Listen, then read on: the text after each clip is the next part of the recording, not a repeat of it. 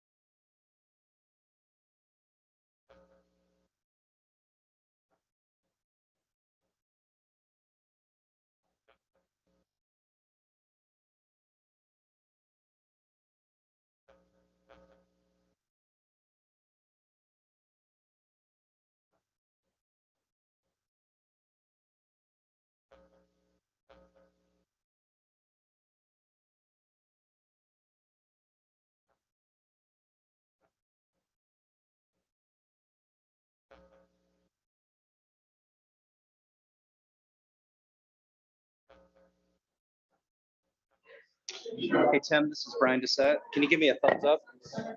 Hey, Brian. Okay, so we've got just about the full board in the room. They're going to take their seats in just a couple of minutes. We'll get started, and then I'll do a quick introduction, and then we'll kick it over to you. Okay. Sound good?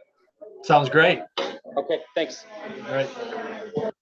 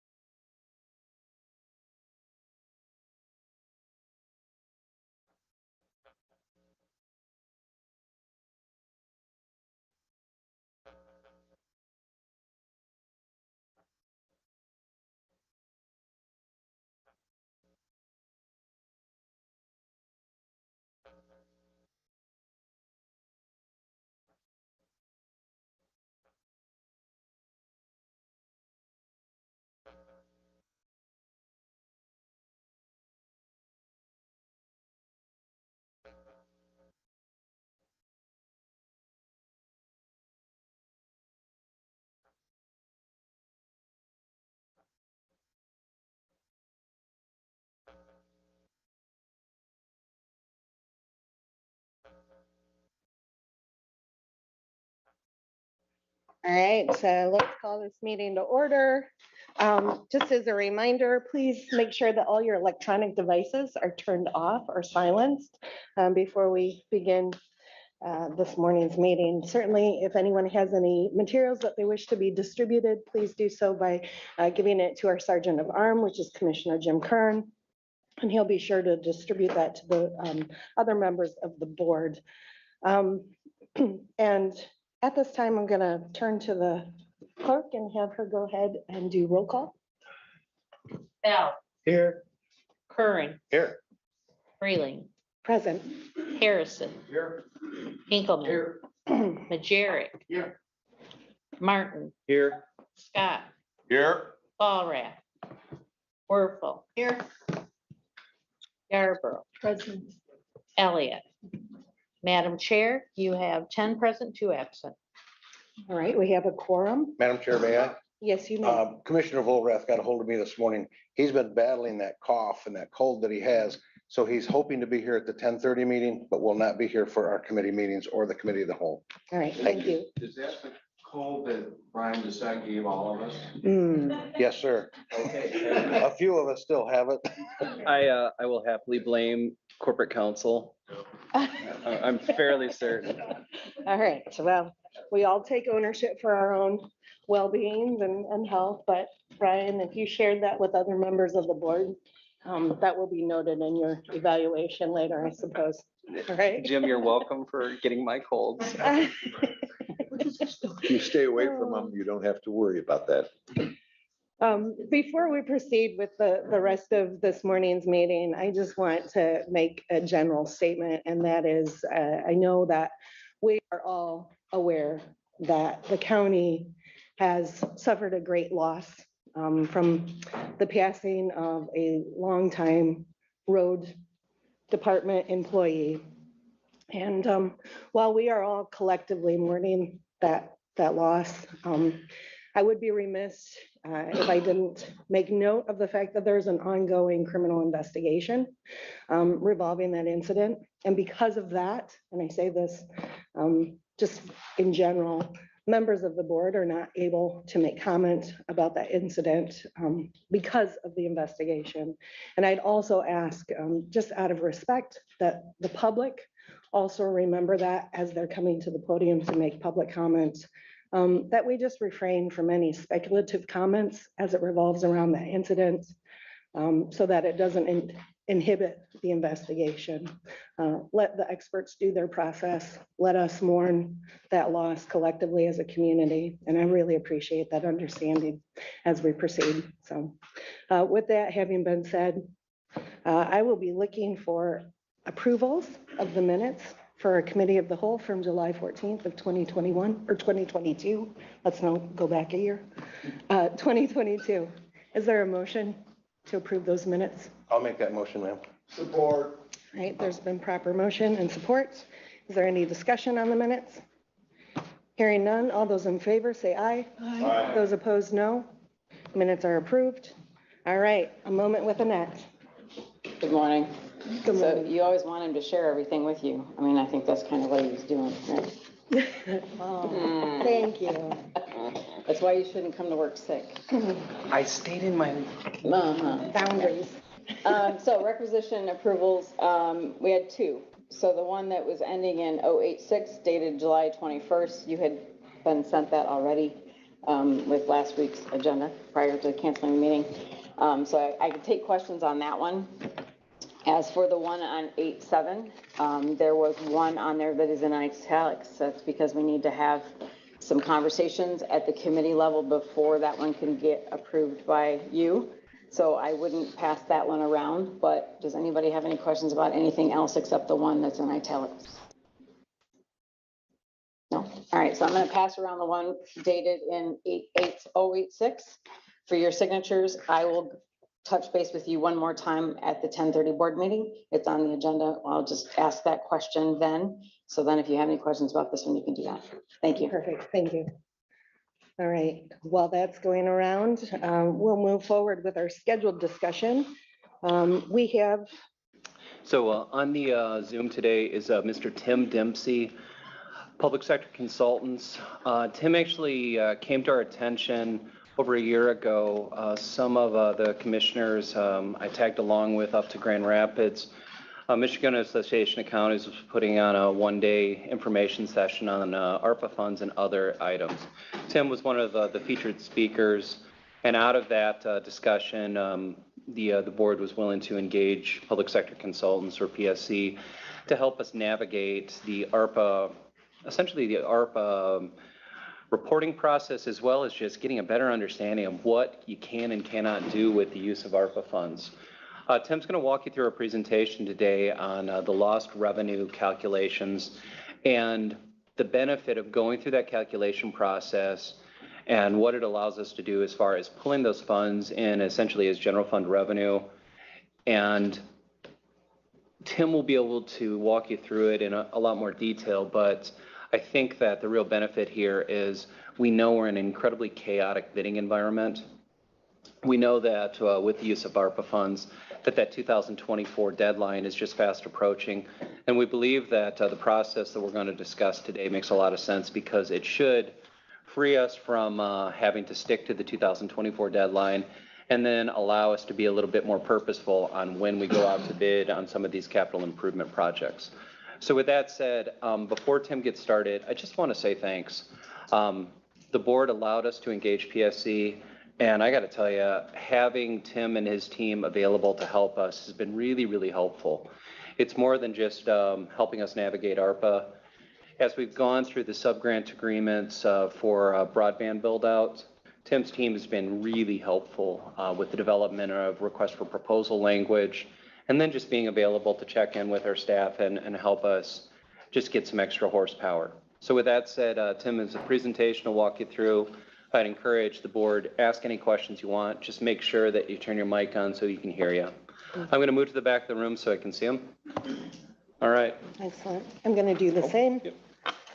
And Tim, I know you're there in virtual world. Welcome. Yeah, thank you very much. A pleasure to We join. cannot hear him. Tim, we're having a hard time hearing you through our system. Okay, just let me know when you got the volume up. Just like 2 minutes ago, we had good audio off of them, so.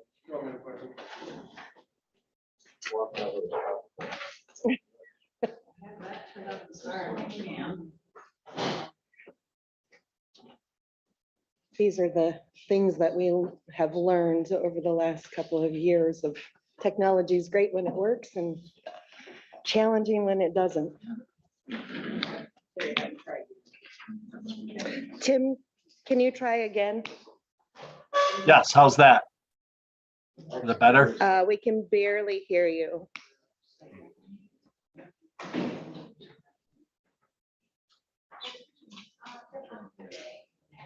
Tim, We've got our IT person coming in to see if it's on our end.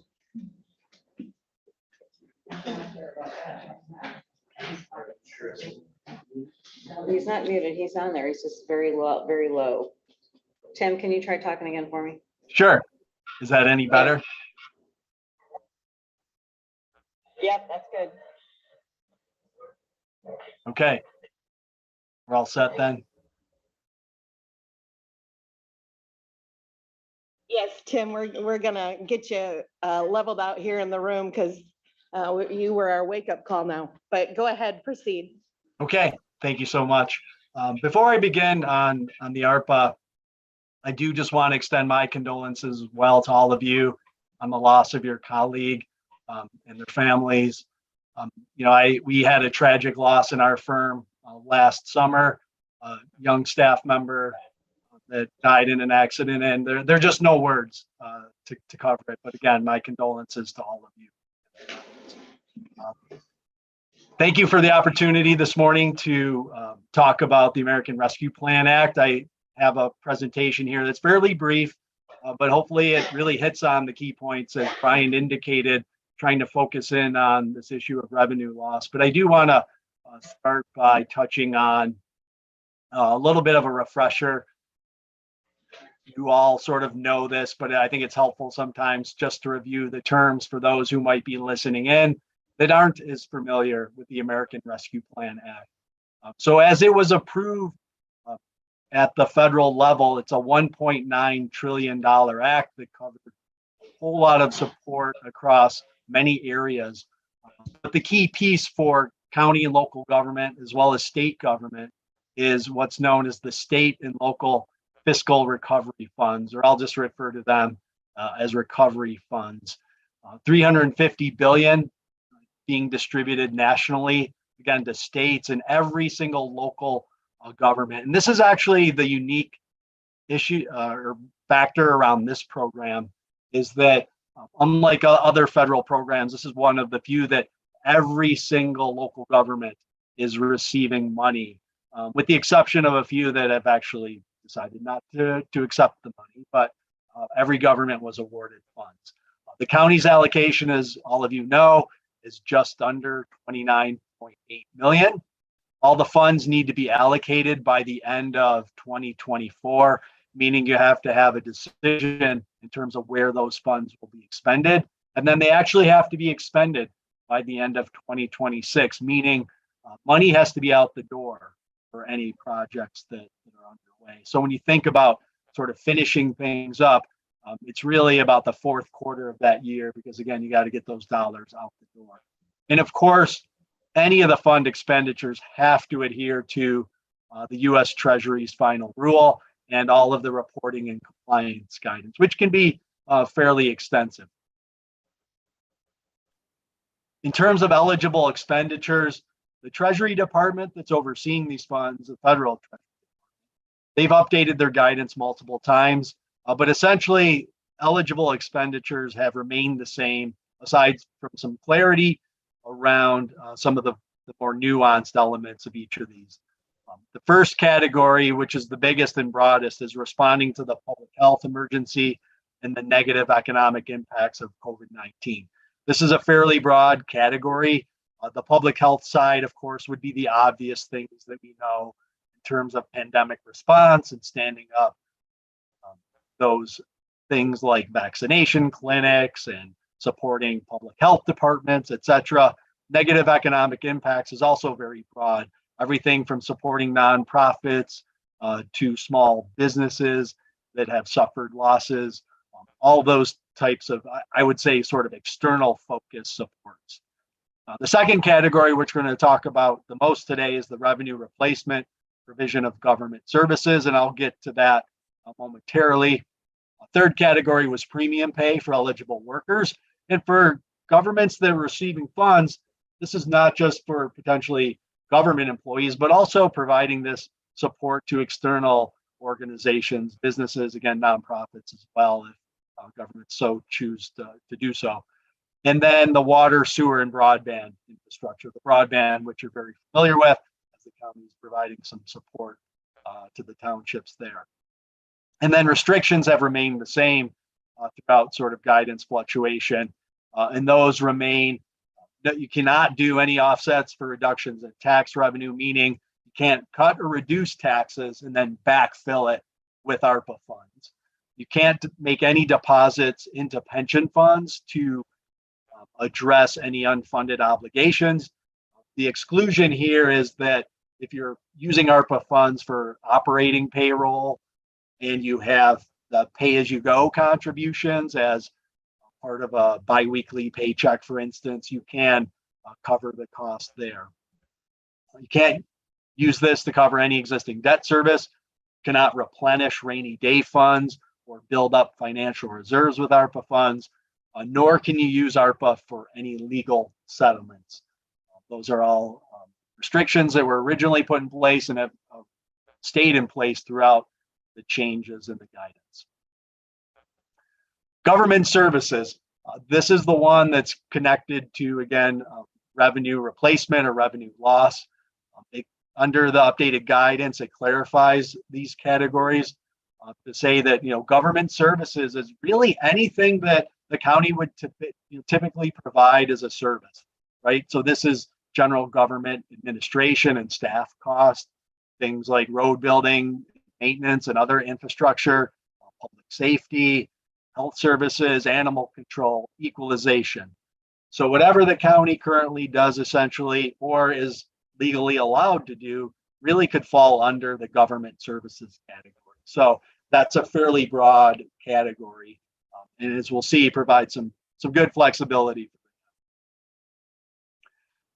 You can use these recovery funds on those government services based on the calculated revenue loss amount. So revenue loss is calculated on an annual basis through the ARPA guidelines for a 4-year period from 2020 to 2023. So the initial calculation for 2020 was 6.3 million. Based on some early estimates, we think that number is going to be similar for 21. And presuming for the moment that that number would be similar for 22 and 23, you're looking at around 24 to 25 million dollars of the county's allocation that could fall under revenue loss. I do want to point out a really important element here, though, because the federal definition of revenue loss is not necessarily the way that you would typically look at it, sort of on the books of the county. The loss calculation is actually based on some presumptions of revenue growth over that time period that is actually fairly sort of aggressive. Certainly when we look at those calculations as a percentage of growth compared to typical revenue growth for counties and a lot of local jurisdictions, it's exceeding what we would typically see. The advantage of that is that you essentially calculate a revenue loss that I sort of call it the federal paper loss, right? You may not necessarily have that loss on your books as an actual negative, the way that you do fund accounting, but in terms of this federal calculation for purposes of this definition, it shows up as a loss. So just want to make that distinction because sometimes there's some anxiety around this terminology. People saying, well, I thought we were in an okay financial position and we were stable. And it's important to make the distinction.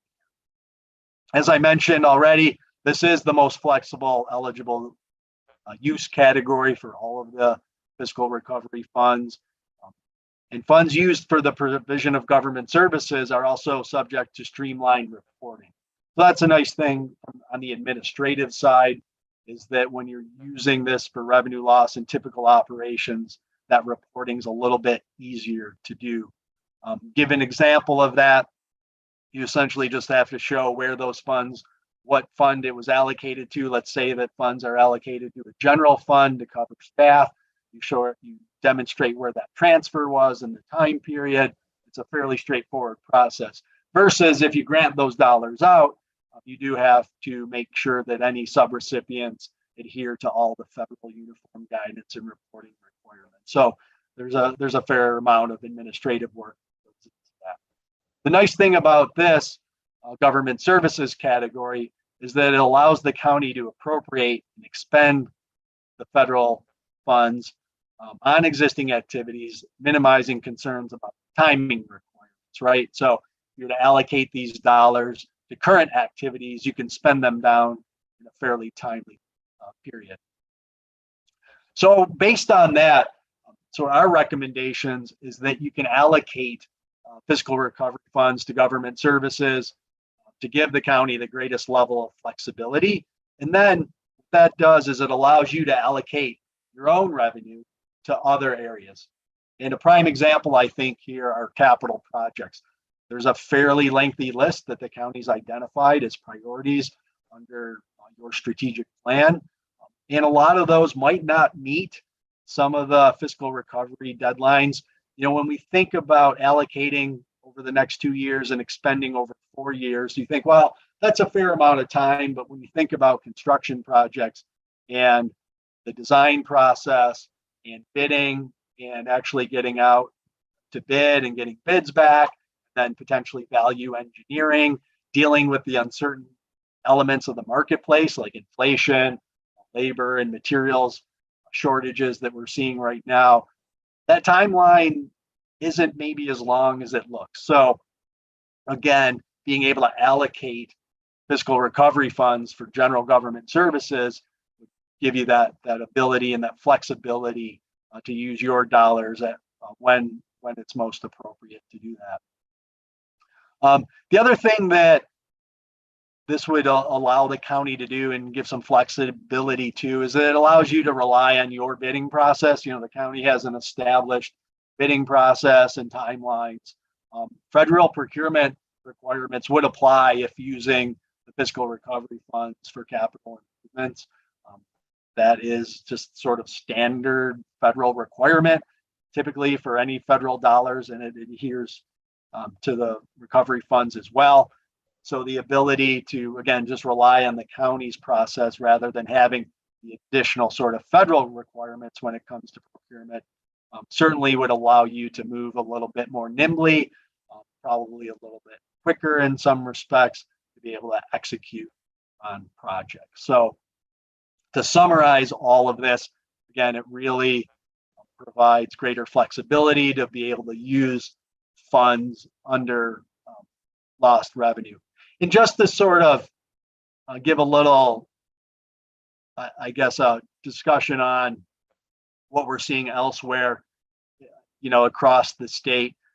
The federal government, in one of its modifications, is they originally only allowed communities lost revenue up to the amount that could be calculated.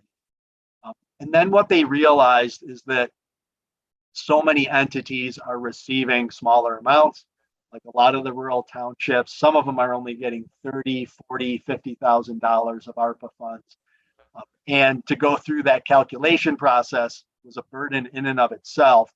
But if you're getting a $60,000 allocation and you can only demonstrate $20,000 of revenue loss, it just made things really complicated. So they actually provide for a $10 million standard allowance revenue loss. So that's really advantageous. And the point of that, of raising it here, is that while the county will likely exceed that, what we're seeing across the state is virtually every jurisdiction is taking advantage of that standard allowance because they all recognize this is the way to go. This gives us the greatest flexibility in reporting and using our dollars. So a lot of these smaller communities are using the full allocation, the full 10 million, which for most of them are actually going to have 100% of their allocation under this revenue loss categorization, which again gives them the greatest flexibility. So it's something that the federal government has recognized. It's something that all locals recognize. This is an approach that definitely has some good advantages. So with that, I'll pause there and let you ask sort of any clarifying questions that you may have. Members of the board, if you have a question for Tim, please just activate your microphone so he'll be able to hear you. Tim, thank you for walking us through this. I will, I've already sent a copy of this report out to the board, and then I'll get it posted on our website as well. Are there any questions from the members of this board to Tim on his report? Ma'am. Yes.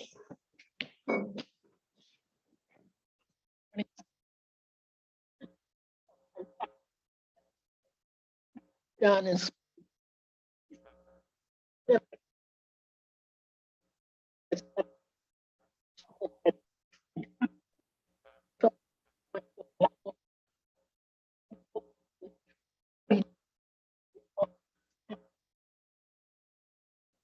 I hope that's.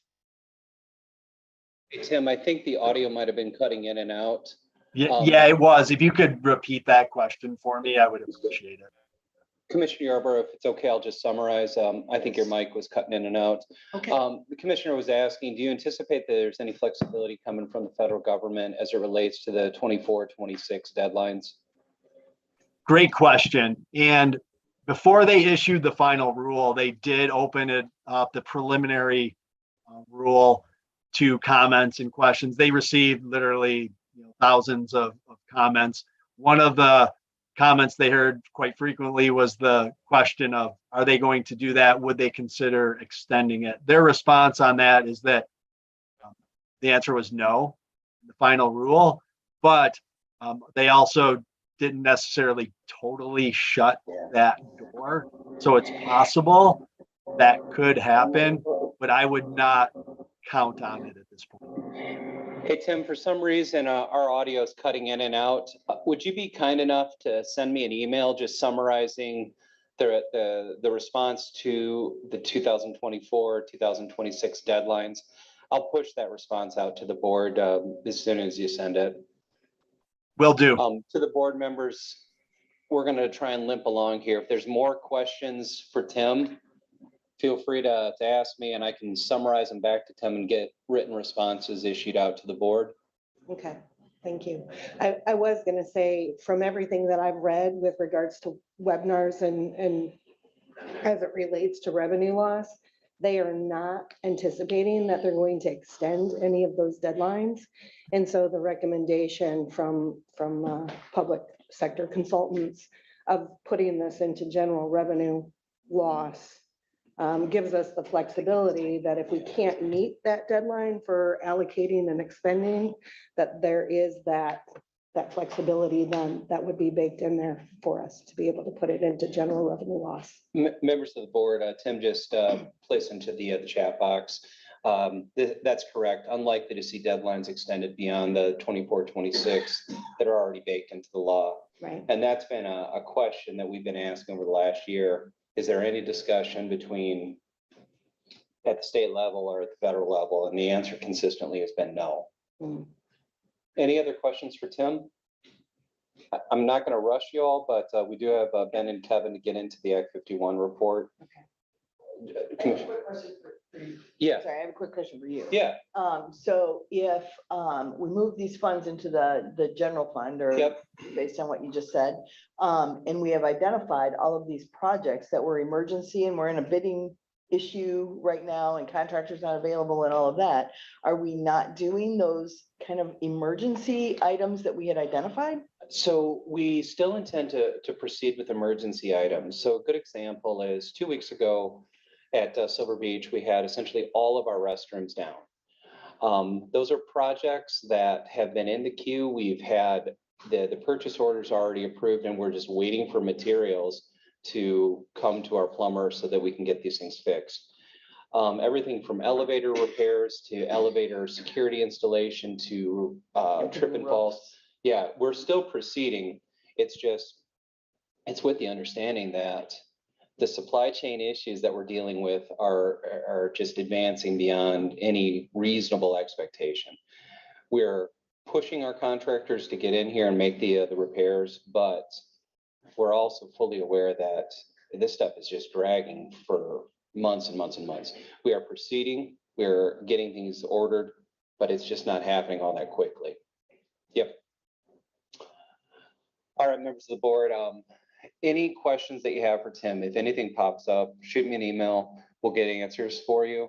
Otherwise, I'm going to respectfully ask that we jump into the Act 51 report as I'm looking out the hall and seeing Lakeland staff arriving for the admin committee's presentation. I'm just going to Absolutely. keep watching the clock. I'd like to thank Tim for taking the time to join us this morning and for that information. If anyone has any other questions, please feel free to get them to the administrator and he'll get us answers.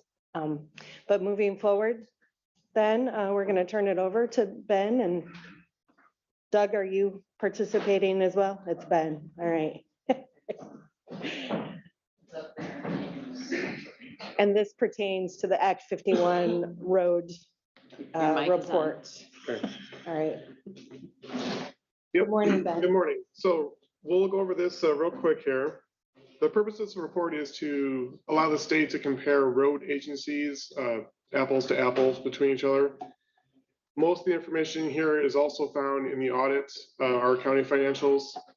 As it looks, some of it looks very similar, some of it's in different places. So we'll start at the beginning here. This is the asset page. There's nothing really remarkable to report about this.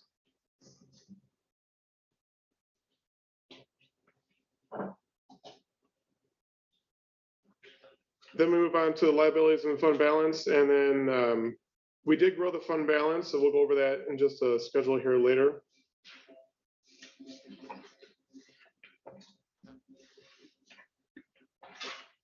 This is information you don't normally see in the financials. This is our capital assets. Doug, you can correct me, but a lot of this is buried in the county overall financials. But we do break it out here for the purpose of this report. So down here is the, oh, sorry, schedule. Here's the revenues. We are breaking out the revenues based upon the state requirements.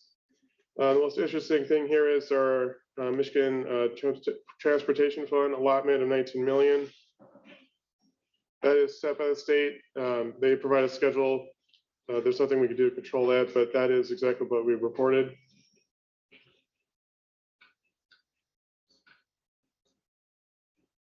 This is the revenues broken out for the projects from the contribution from local units. So we're reporting 4.4 million brought in.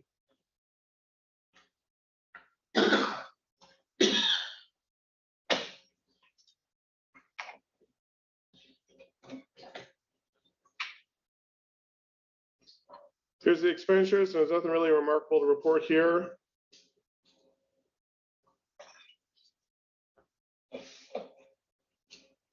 Most of this is also shown later in the report. Okay, here's the fund balance page. And this is where we grew the fund balance by $2.4 million. So it's at 16.4 million. Then can I ask? Yeah. The debt to asset ratio, is that important to the road department? It looked like we carried about, it was 17 million compared to 10 million. How does that compare with other road departments, or don't we worry about that? That I don't know how we compare to other road departments, but that's not a particular function of our overall financials. So we don't worry about that? Right. Okay. So Ben, but the state would be paying attention to that ratio. Yes. And if there was an issue, then they would contact us. Yeah, and that would also, we're moving into the county financials total, where if all this would be combined with our other financials, and that would be an issue if it was all together. Right. So it's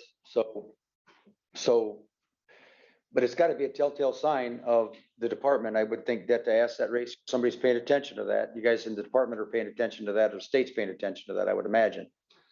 Yeah, but because we're combined, we have a little more flexibility than if the road commission was on its own. All right.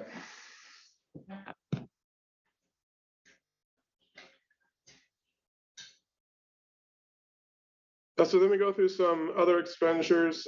This is part of the Act 51 requirements where we break out the expense. We start with the equipment. This is where we report the in-house expenditures.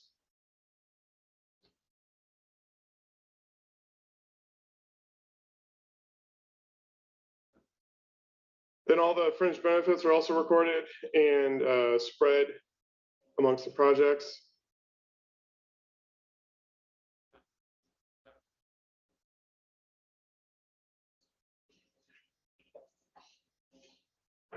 Overhead is the same way. We have to record it and then it's spread.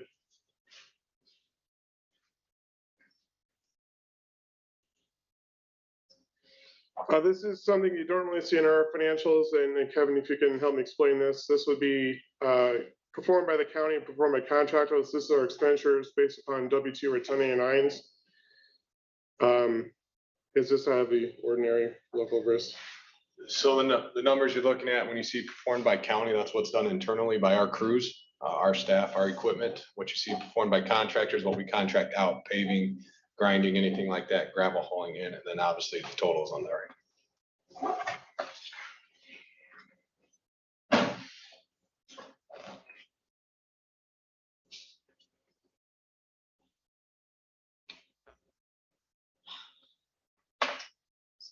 There you go. This is accounts receivable, and this is all miscellaneous. There's really nothing remarkable to report about that.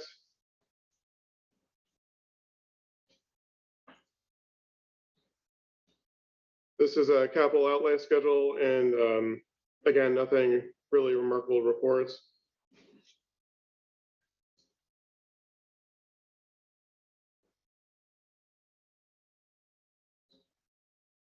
This is a preservation expenditures. Ken, if you can help me with the 90% of MTF returns, the requirement for that.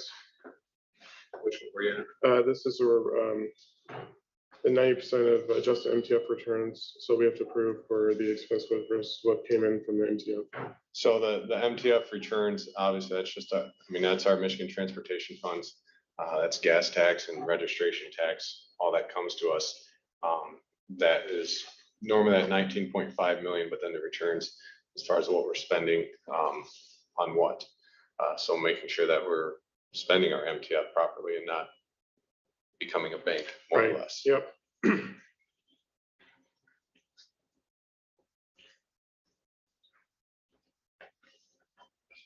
This is another unique schedule of the report for the non-motorized improvements. We have to spend more than the 10% threshold of the MTF, and we are proving here that we are. And I don't know why that's important. So we've talked about this before. I think I've talked to admin. I don't know if I've talked to the whole board, but we have a rule or law called the 10K rule. We had to spend 10% of our MTF budget on non-motorized on a revolving 10-year cycle. So they can take a snapshot of any 10 years, whether it's from now, 10 years ahead, or from now, 10 years back, or whenever. We have to show in that 10-year period that we are spending 10% of our budget on non-motorized. So we've been very successful at that. We're able to look at like the Niles Michigan Trail, which the township funds. We're able to take that into account as a percentage. So we've been exceeding that 10% by far, and we're trying to back down into it to get that. And roughly when we do non-motorized, it's a $200,000, $300,000 investment on a project. We're hitting our 10% easily every year. So keeps us out of the, I'm sorry, not 10% every year, 1% every year, but 10% over 10 years. So we're keeping ourselves out of trouble and making sure we're meeting that goal and that rule.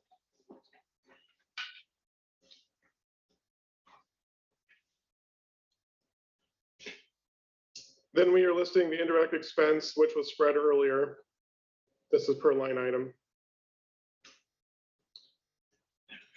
And same with the administrative expense per line item and it is spread.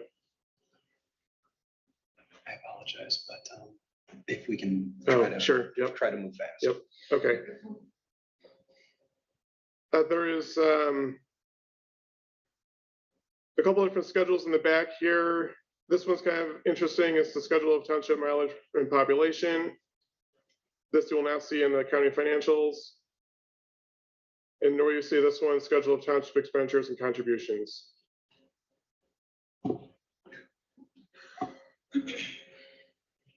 And then per the Act 51 requirement, we have to list each project and its different components. Is there any questions? I saw that back to the page that we only spent $6,500. Sorry, we wrote $6,500 in interest. Is that an all-in figure? Yes, for the road department. Yeah. What are we spending interest on? Just out of There was a curiosity. loan for 5 trucks or something. That part of that was there. It's not much. No. I was just surprised to see it was Yeah, so there's little. very little. In fact, that loan's paid off now. Thank you. Sorry about the mic thing. Paid off this year. And just so you guys know, the vendor has been in here working on situations and problems we've been having with the system. Good. Obviously, that part's not fixed yet, so they are aware of it and they've been in here a couple of times, so. Okay. Are there any other questions for Ben or Doug as it relates to this report? I think it needs to be completed and turned in. Yeah, so I have to file tomorrow morning. Okay. So we've sought a couple of extensions through MDOT for this. We don't have any further extensions, so this needs to be acted upon at today's meeting. Commissioners, we've talked with finance about the delays in getting the audit wrapped. If any of you have questions, if any of you have concerns, if anybody wants to just gripe about seeing this lengthy report and having to rush through it, I'm happy to have that conversation. With respect, admin committee's got Dr. Hamill from Lakeland here, along with his support staff, ready to talk with you all about the future of General Hospital. I sincerely am not trying to rush you, but we've got a fairly tight schedule today. If there's questions on this, we can happily address it at the next meeting. I'll ask Ben, Doug, and Kevin just to be ready to field any questions you may have. All right. And admin is in this room today. Yeah. It is. Okay. So you need us to vacate as soon as we can. All right. Understood. Well, with that having been said, and with the sensitivity of time, there is one other item on our agenda. We do have public comments, so I would ask that if there's anyone from the public that wish to make a comment, to please come to the podium, state your name and your jurisdiction, and try and keep it as brief as possible, keeping in mind of that 2-minute limit. Are there any public comments? No, seeing none, then we stand adjourned until 10:30.